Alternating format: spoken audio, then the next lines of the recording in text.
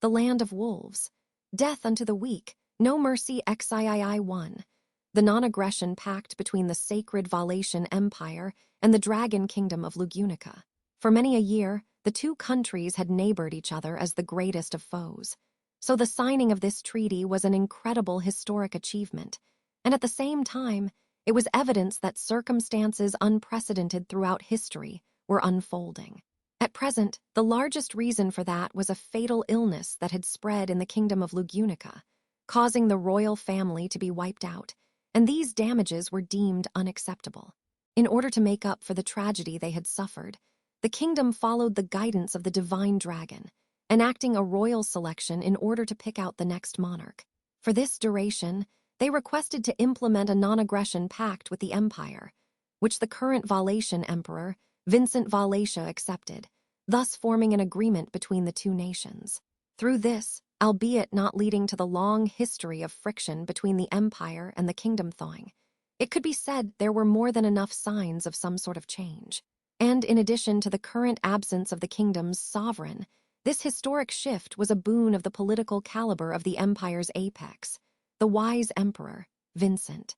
And Vincent, who would one day be remembered as a rare, outstanding sovereign, included the fact of signing this non-aggression pact with the kingdom in the foundation for even further flourishing of his influence. Vincent. Ludicrous. In the office of the Crystal Palace, Vincent, the man extolled as the wise emperor, widened his eyes in shock. The emperor possessed handsome features that could not conceal his intelligence and strong will, however, as turmoil and astonishment that would normally never have been displayed to others was laid bare. He placed his hands on his desk and froze up. Witnessing that, Keisha Gold slowly shook his head from side to side. There was no helping it. It was only natural for Vincent to have this sort of reaction. After all, Keisha, as stated in the report, at the present moment, there are two individuals confirmed to possess the qualifications to participate in the royal selection. One of them is the head of a ducal household, Crush Karsten, and the other, by whom your excellency has been taken by surprise, is Vincent. Priska, you believe, Keisha. Regrettably, I see it the same as you. Taking pity on the disturbed Vincent, Keisha affirmed the truth. The written report atop the desk was the report from an investigation conducted by a spy they had sent to the kingdom of Lugunica, the outcome of investigating the kingdom's state of affairs, particularly the royal selection, which was currently the greatest matter of concern. Since they had acquired information that was currently being kept a secret even within the kingdom, the person who had secured it was owed more than adequate recompense, but the contents of those results were a problem. Keisha, to think that your younger sister, having fled to the kingdom, would once again rise to center stage in such a manner. Vincent, just what is she thinking? Altering her name, altering her position, leaving the empire. Has she forgotten for what purpose all of that was for? Keisha, neither do I understand the intentions behind your younger sister's rambunctiousness. By no means do I believe it is merely just a matter of wanting to stand out, but, Vincent, to stir for such an objective, it would be troubling if there were people other than that fool. And, as Vincent laughed scornfully at Keisha's conjecture, he stiffened his cheeks and paid worry to the surroundings. In all likelihood, since he had brought up a troublesome person, he was on alert for the person in question to burst in from the door or the window. Keisha, please rest assured, Your Excellency. If you are concerned about Cecilis, he is currently out with General First Class Arakia, competing to see who can reach the summit of Mount Gildray first. Vincent, deeming it acceptable for the first and second of the 9 divine generals to part from the imperial capital for such a worthless reason, is far more of a ridiculous affair. Keisha, be that as it may, I had thought it appropriate for those two, crude in both thought and conduct as they are, to not be present. Not to mention, when it comes to the matter of your younger sister, to the matter of Priska Sama, General First Class Arakia simply would not be able to maintain composure. Vincent. Crossing his arms, Vincent closed a single eye and plunged himself into careful consideration. At that familiar attitude of contemplation, Keisha was modestly relieved that he had now escaped the initial turmoil. Worst-case scenario, Keisha feared the possibility that Vincent might have decided to send emissaries to the kingdom while giving some reason or another. Fortunately, the man known as the Wise Emperor was not so short-sighted. Keisha, however, for a reason outside of your excellency's feelings, we must ascertain whether this candidate is truly Priska-sama or not. Vincent, I have no objections, but if it is indeed Priska, attempting to send half-hearted personnel would merely result in the meaningless abatement of the cards in our hand. We must be deliberate in our selection of personnel. Keisha, indeed, of this I am aware. Within Vincent, the existence of his little half-sister, Priska, was exceedingly great. If it was not, then would he really have been able to go as far as allow Priska to live while feigning her death in the imperial selection ceremony, in which it was a requirement to exterminate all other imperial family members who bore the right of succession? And even ignoring the familial affection Vincent harbored towards Priska, it was also a fact that Priska possessed intelligence and discernment on par with that of the wise emperor. Hence, Vincent's opinion that they needed to be deliberate with their selection of personnel was completely accurate. Keisha, with that established, I happen to have an idea of who to arrange as personnel. Vincent, what sort of person are they? Keisha, a shinobi trained by General First Class Albart. It is rare for that personage to so unreservedly praise someone's abilities as that of a genius. Vincent, that damned Albart did so unreservedly, you say. That is indeed a rare occurrence. As one of the 9 divine generals, the head honcho of the shinobi, known by the alias of the vicious old man, Albart Dunkelken was a person of advanced age nearing 100 years old. But he was an individual exceedingly unsparing in his evaluations of others. But then again, there were none who trained more than that near 100-year-old man, continuing to discipline himself to a blood-curdling extent, so his evaluations of others could be said to be rather fair. In any case, Vincent, I entrust the particulars to you. With Vincent's consent, Keisha gained permission to take action in regards to the kingdom's royal selection, all the while concealing his silent expectations for the future behind his invariant expression. 2. Stranger, I'm Yi Tenzin. I received a threat from the head honcho that I might die cause Keisha-sama is making an unreasonable request. Am I gonna die? Having turned up in response to the summons, Yi Tenzin had her long red hair tied up together. She was a girl who gave off a sense of charm and flexibility like that of a cat. Perhaps because she had received Albart's tutelage, her manner of speaking in the presence of a general was unthinkably informal. But the prospects for courtesy were already long gone at the point that Cecilis was placed in the position of first. If one possessed strength, it was the Valetian way to look the other way in regards to various issues. For if they did not recruit soldiers with a priority for strength over personality, they would be unable to deal with the inevitable forthcoming cataclysm. Keisha, I know not what General First Class Albart has told you about me, but I am not fond of expending valuable, talented personnel. Yi, I dunno by that. You mean that you won't expend me, but you'll still use me to my fullest, right? Keisha, I believe it natural to want to assign powerful individuals to corresponding work. Yi, you're as nasty of a man as the head honcho said, aren't you now? Slightly sticking out her tongue, Yi seemed to lament Keisha's reply. But behind that amiability were eyes vigilantly observing her surroundings, and attention such that she could draw her weapons at any time. That she deliberately did not hide that and used it as a show of force truly made her appear as Albart's disciple. Keisha, we would like you to sneak into the kingdom and infiltrate the mansion of Baron Late Bariel. At Yi's attitude, Keisha ceased taking detours and moved on to the main subject. Having heard the contents of her mission, Yi tilted her head in confusion as she said, Baron Bariel. Yi, I'd intended to memorize all the people in the kingdom who required caution, but was that sort of person among them?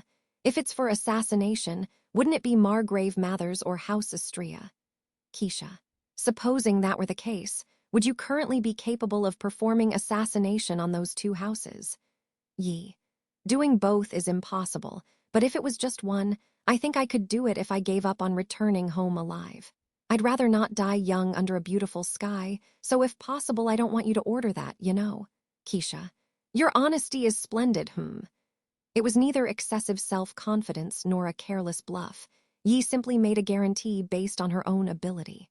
Keisha silently nodded at her reply, and, Keisha, once again, we would like you to infiltrate the house of Baron Leip Bariel. We want you to make contact with his wife, Priscilla Bariel. Yi, so his lady. Roger thought with a carefree smile. Yi consented to Keisha's request. As she harbored a favorable impression while listening to the details of the mission, Keisha mentioned from beside her, "What do you need to know?" Yi, "Oh yeah. After I go undercover, what do I do? Assassination? Abduction?"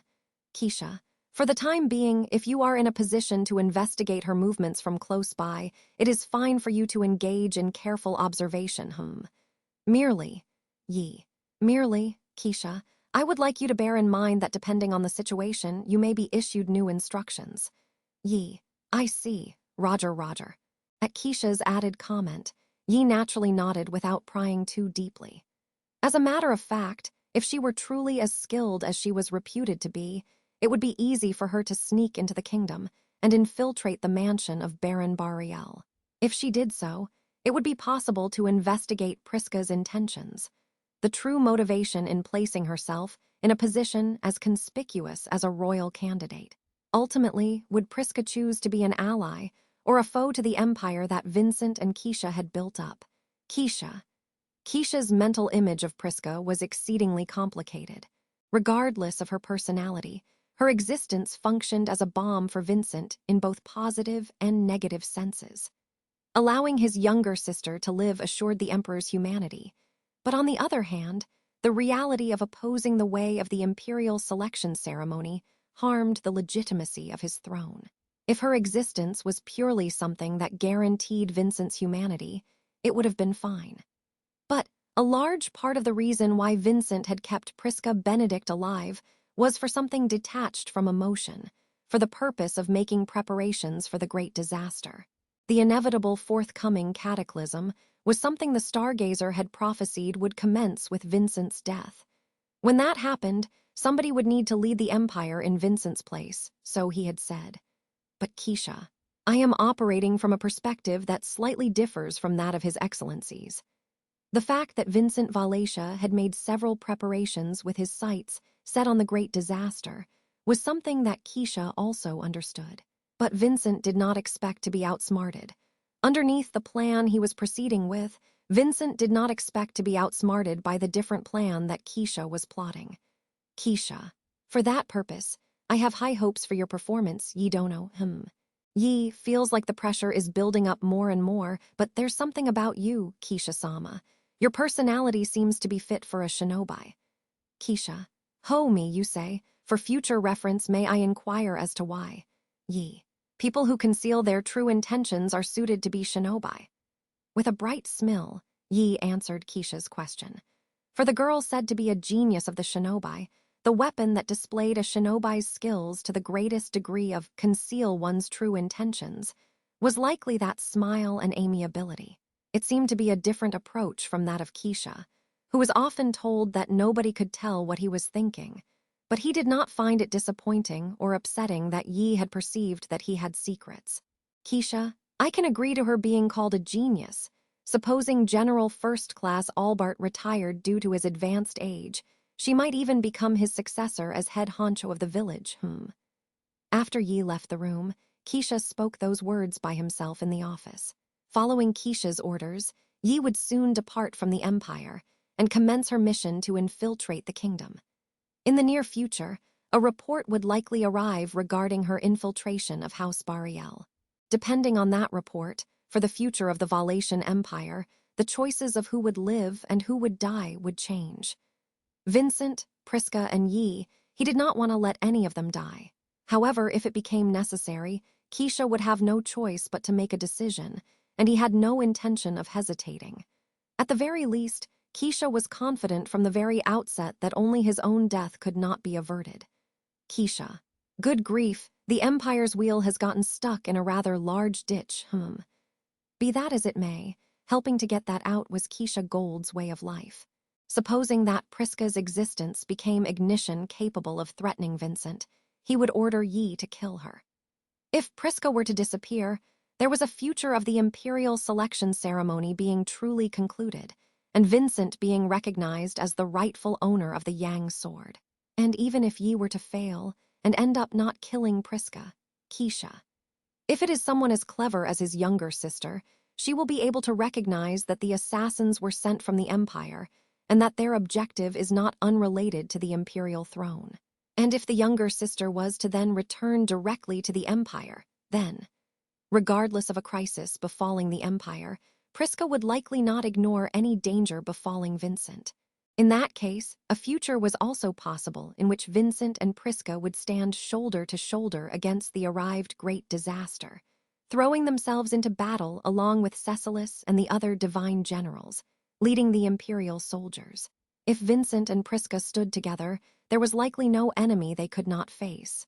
Keisha, of course, His Excellency would be angry with me, If he were to find out about Keisha's schemes, Vincent would likely never forgive him.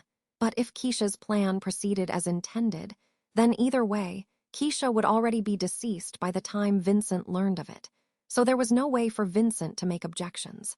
It was a bit of a course plan, but to begin with, Vincent was the one plotting a course plan. Keisha, I pray for a conclusion with the fewest deaths possible. As he had mentioned earlier in his conversation with Yi, not wanting to expend personnel was Keisha's true sentiment. From here on out, in the Valatian Empire that was set to undergo an unprecedented cataclysm, Vincent would need to make efforts to rebuild if Keisha's plan was successful. In such circumstances, Vincent would need many people by his side to support him. If Keisha died and nobody else but Cecilis ended up remaining, it would be far too much of a disastrous affair.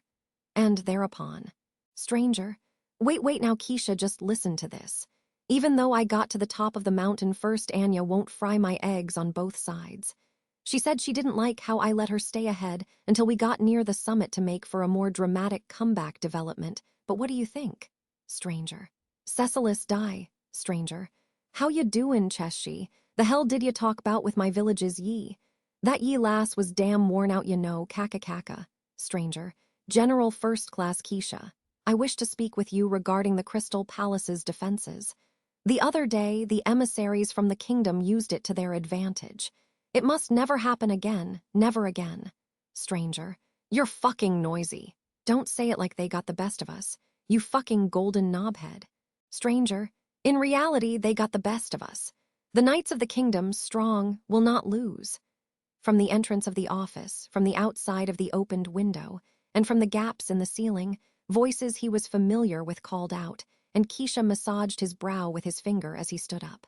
His lively colleagues, great warriors all, ought to be called the greatest preparation gathered to face the forthcoming cataclysm. But Keisha, after I am gone, I find it a tad regretful that I will be unable to witness with my own eyes how His Excellency interacts with each and every one of you, Stranger. Keisha, hey Keisha, come on, hey, are you listening? Keisha, even if you raise such matters to myself, I can only say that I am troubled. Speaking in such a tone, Keisha tapped his steel fan on his shoulder as he exited. There was still time to prepare. Time for Keisha to spend with Vincent, Cecilis, and everyone else. He would use all of that and proceed down this path, knowing he would be cursed by the Lord he dedicated his life to. For that, he had absolutely no regrets, no hesitation, and no misgivings. Why Priska had taken the position of royal candidate, he did not know. Likewise, Vincent might question the reasoning behind Keisha's actions. In that case, there was only one reason why Keisha desired to proceed down a path of being cursed. Keisha, after all, I have been blessed beyond my means. And